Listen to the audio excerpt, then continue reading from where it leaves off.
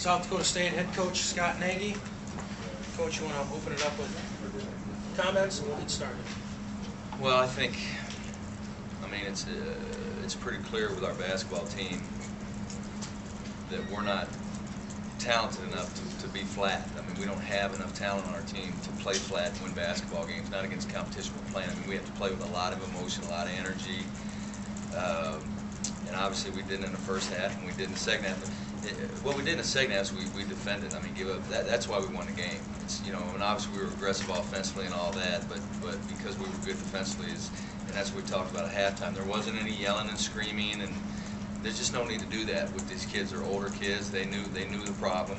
We talked about just in terms of strategy what we need to do, and most of it was saying if you don't defend, there's no way we'll be able to get back in the game. And we defended the second half. Questions? Did you sense at halftime? Did they give some signs that they were going to? Well, by the time we got in there, it was quiet, so I wasn't sure.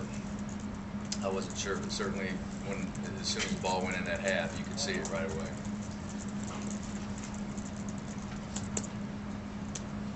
That's twice now. You guys have come back from pretty steep conference deficits.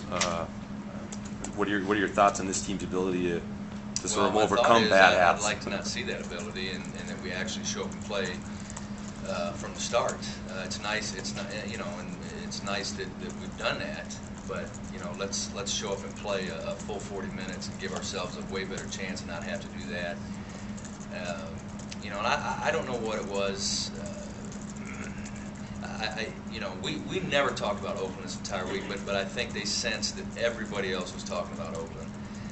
And I'm sure around campus or wherever they went, people were asking them, because nobody was asking about IPFW, but that's all we talked about. We told our guys to stay focused, and then with everything else that you know, with what had been going on with my family, and I was just a little concerned that would be a distraction. And I don't know what it was, but you know, we cleared it up and came out and played in the second half.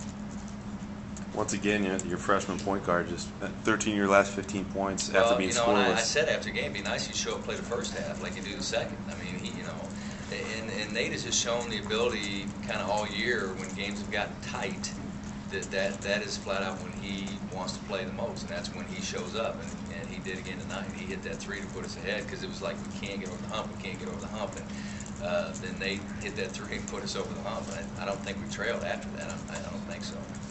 Seemed to be a struggle on the boards for you guys. Well, yeah, it's ridiculous. I mean, it's 3 games in a row we've been beat on the glass. We give up 19 offensive rebounds. You just can't do that. You can't do that and win games consistently. And it wasn't just the first half, because I think we were down 3 at half, and we ended up down 5. So they out-rebounded us in the second half too. And it's not something that we can count on.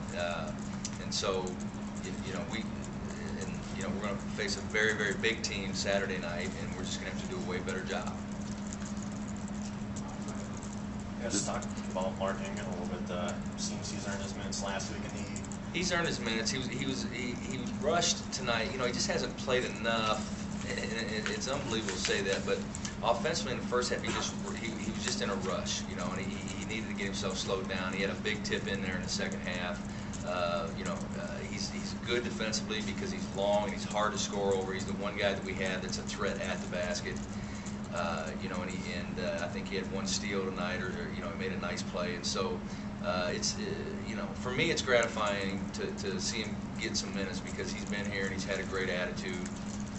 And you know, I never say guys deserve anything because I don't know if we do.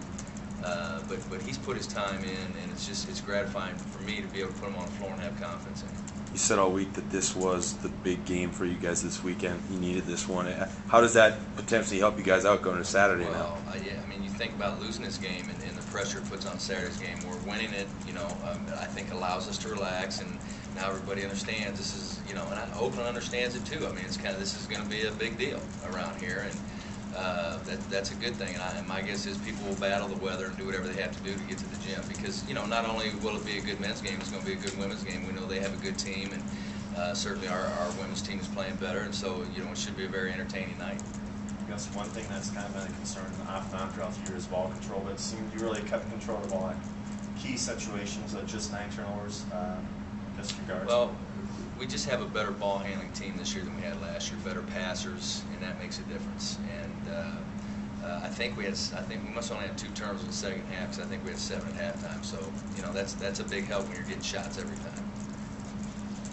I guess maybe looking at prior experiences with PFW, they've kind of owned the series so far, but well, I said this before, when we've beaten them, we have struggled to beat them.